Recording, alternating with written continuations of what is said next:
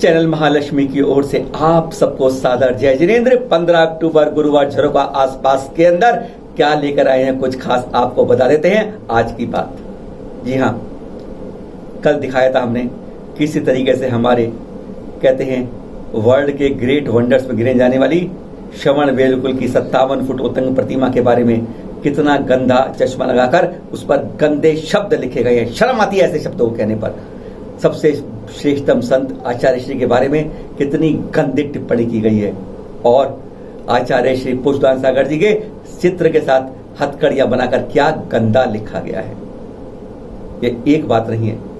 आज हम लोगों को पहले एक संकल्प लेकर ही होगी, जागरूकता लानी होगी कि अगर कहीं पर किसी मंच पर, किसी स्थान पर, किसी जगह पर, किसी सोशल मीडिया पर, इंस्टाग्राम, फेसबुक, ट्विटर, यूट्यूब, कहीं पर हमें कुछ मिलता है जैन समाज के प्रति, जैन संस्कृति के प्रति, जैन विरासत के प्रति कुछ मिलता है विरोध में, भ्रामक, तो हम उसके विरोध हम आवाज उठाएंगे, चुप नहीं बैठेंगे।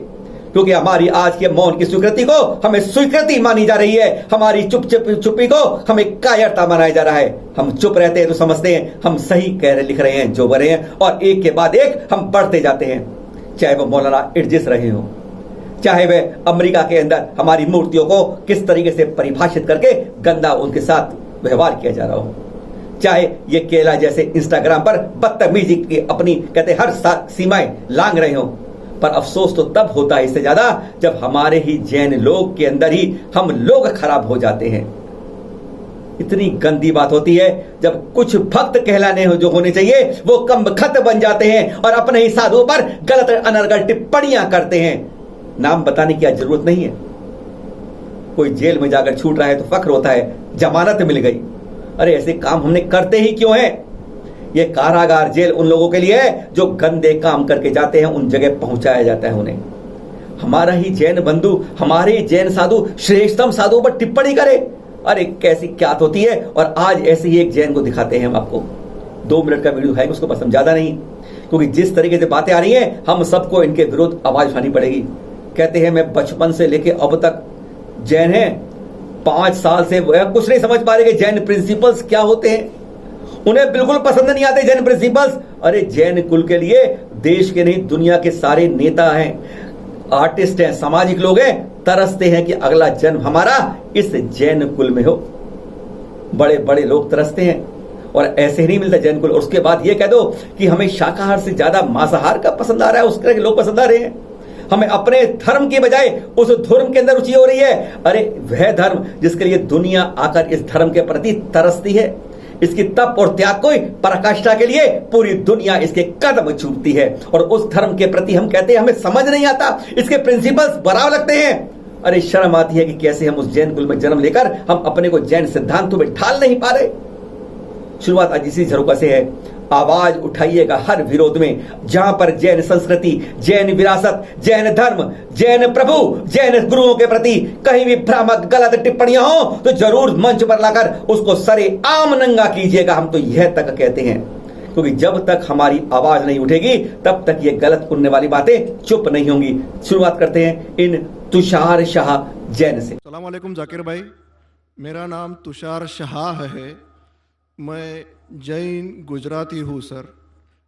मैं सिविल इंजीनियर हूँ, कॉमर्स ग्रेजुएट हूँ और एमबीए की डिग्री होल्ड करता हूँ और पूना में एज ए प्रमोटर बिल्डर काम करता हूँ सर। मुझे आपके बारे में हमारे एक मुस्लिम फ्रेंड के थ्रू मालूम पड़ा।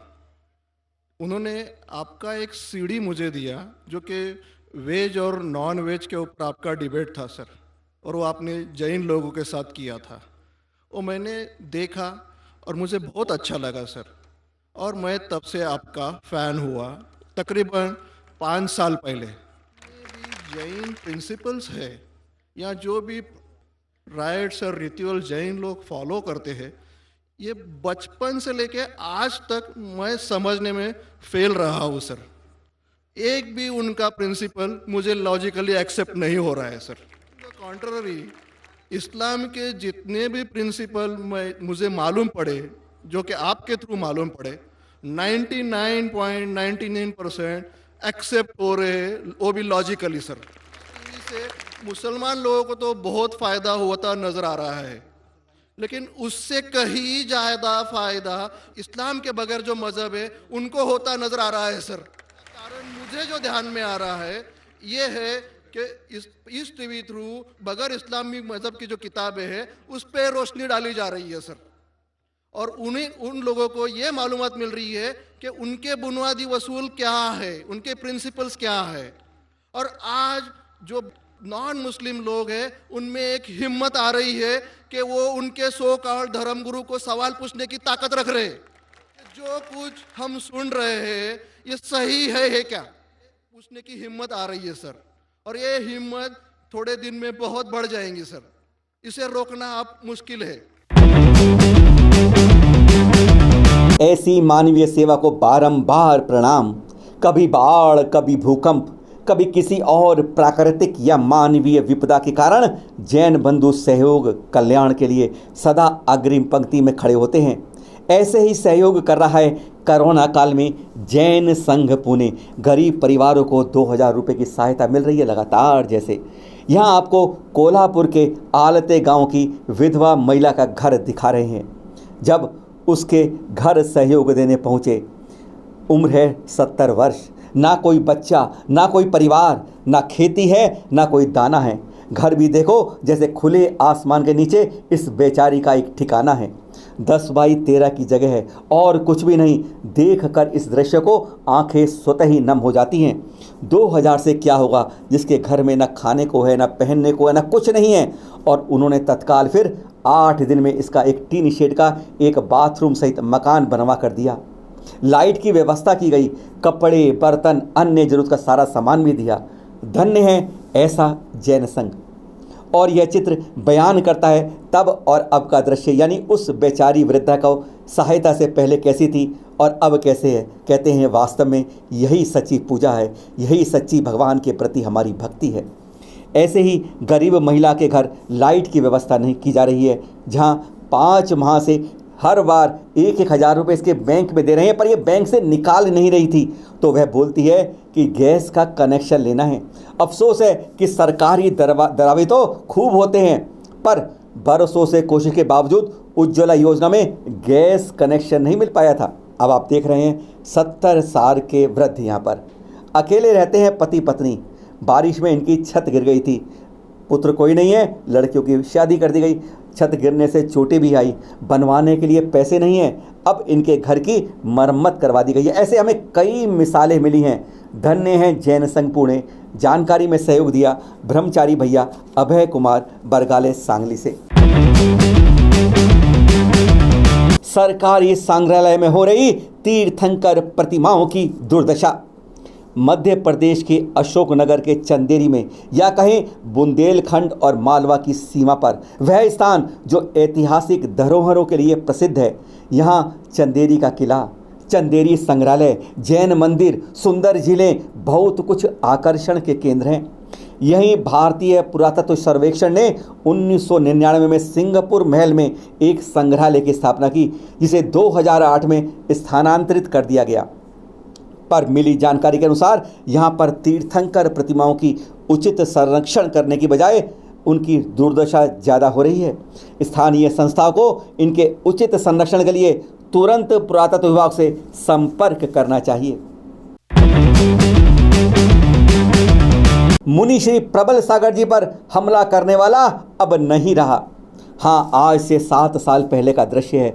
आज भी उस दृश्य को देखकर जीवंत हो उठता है हमारे मन मस्तिष्क में। वह तारीख थी 1 जनवरी 2013, जब गिरनार जी में ऊपर यात्रा करते करते मुनि श्री प्रबल सागर जी पर चाकू से जानलेवा हमला कर देता है। और अब गुजरात के दिव्य भास्कर में यह खबर दिखी कि उस हमलावर पुजारी को कोरोना के कारण उसकी मृत्यु हो गई है। बेटियों को करेंगे मजबूत, आत्म सुरक्षा बने सबूत। हाल ही में सामने आ रही दुष्कर्म की घटनाओं को देखते हुए बेटियों को जागरूक बनाने, आत्मरक्षा और निर्णय लेने की क्षमता जैसे विषय वर्तमान की मांग हो गई है। इसके लिए 15 से 21 साल की लड़कियों को 12 अक्टूबर से ऑनलाइन प्रशिक्षण स्लाइडों के द्वारा भारतीय जैन संगठन दे रहा है इंदौर से। मिली जानकारी के अनुसार पिछले 12 वर्षों से यह संगठन स्मार्ट गर्ल्स कार्यक्रम चला रहा है। अब तक 7 लाख बेटियों को प्रशिक्षित करने का दावा किया जाता है। अब 20 ट्रेनर लगभग 1000 को प्रशिक्षित कर रही हैं। कोरोना की वजह से अब ऑनलाइन ट्रेनिंग हो रही है, जिसमें मोटिवेशनल वीडियो, कहानियों के जरिए ट्रेनिंग दी जा रही है। ध्येय एक ही है कि बेटियों को सशक्त बनाना है, वे अपनी ताकत और कमजोरी पहचानें। जहां रोज होती है पशु पक्षियों की पार्टी, आप तो कई पार्टियों में जाते होंगे, पर आज आपको हम आंध्र प्रदेश के नेल्लोर में ले चलते हैं, जहां श्री महावीर जैन पशु सेवा केंद्र, जिसकी स्थापना पशुओं के संरक्षण के लिए हुई है। यहाँ पशुओं के लिए, जिसमें बड़ी संख्या में गायें हैं, कबूतर, कुत्ते, मुर्गी और भी कई जानवर हैं, उनकी पार्टी रोजाना कुछ इस तरह चलती है। देख रहे हैं आप, यहाँ मुर्गियों को दाना मिलता है, कुत्तों को खाना मिलता है, बकरियों को चारा मिलता है और कबूतरों को भी दाना मिलता है। सभी को रोजाना कुछ खास। धन्य है इस पशु पक्षियों के सेवा केंद्र को चलाने वाले। सुन लिया आपने आज कल्याणों के साथ अपने ही मुंह पर तमाचा मारने वाली बात। जी हाँ, कहते हैं जिस थाली में खाते हैं उसी में छेद करते हैं। अपने ही घर के बेगाने बन जाते हैं, अपने ही लोग हमारे आपस में हमारे ऊपर कीचड़ उछालते हैं। अफसोस तो तब होता है कि हमारे घर पर पत्थर फेंकने वाले बाहर के नहीं, अपने ही अंदर आग लगाने वाले ही खड़े हो जाते हैं। हमें एक बार आज शपथ ले लीजिए, बार बार यही कहेंगे, हमारे धर्म के प्रति, कोई भी हमारी संस्कृति के प्रति, कोई भी हमारी विरासत के प्रति, कोई भी हमारे तीर्थंकरों के प्रति, कोई भी हमारे केवलियों के प्रति, कोई भी हमारे गुरुओं के प्रति, कोई भी हमारे शास्त्रों के प्रति गलत बोलेगा, गलत बात फैलाएगा, शर्मसार करेगा, तो उसका हम कस कर विरोध करेंगे। अहिंसा प्रेमी हैं, कायर नहीं हैं। हाथों पर चूड़ियां पहनकर नहीं बैठे हैं। हाँ, अहिंसा का ध्वज लेकर चलते हैं, अहिंसा को अपनाते हैं। अहिंसा ही हमारे जीवन का चारित्र होती है, पर इसका मतलब यह नहीं कि कायरता को दिखाने के लिए हम आपके सामने आते हैं। आवाज उठाइएगा। फिर मिलेंगे नए एपिसोड आपके साथ। सादर जय जिनेंद्र।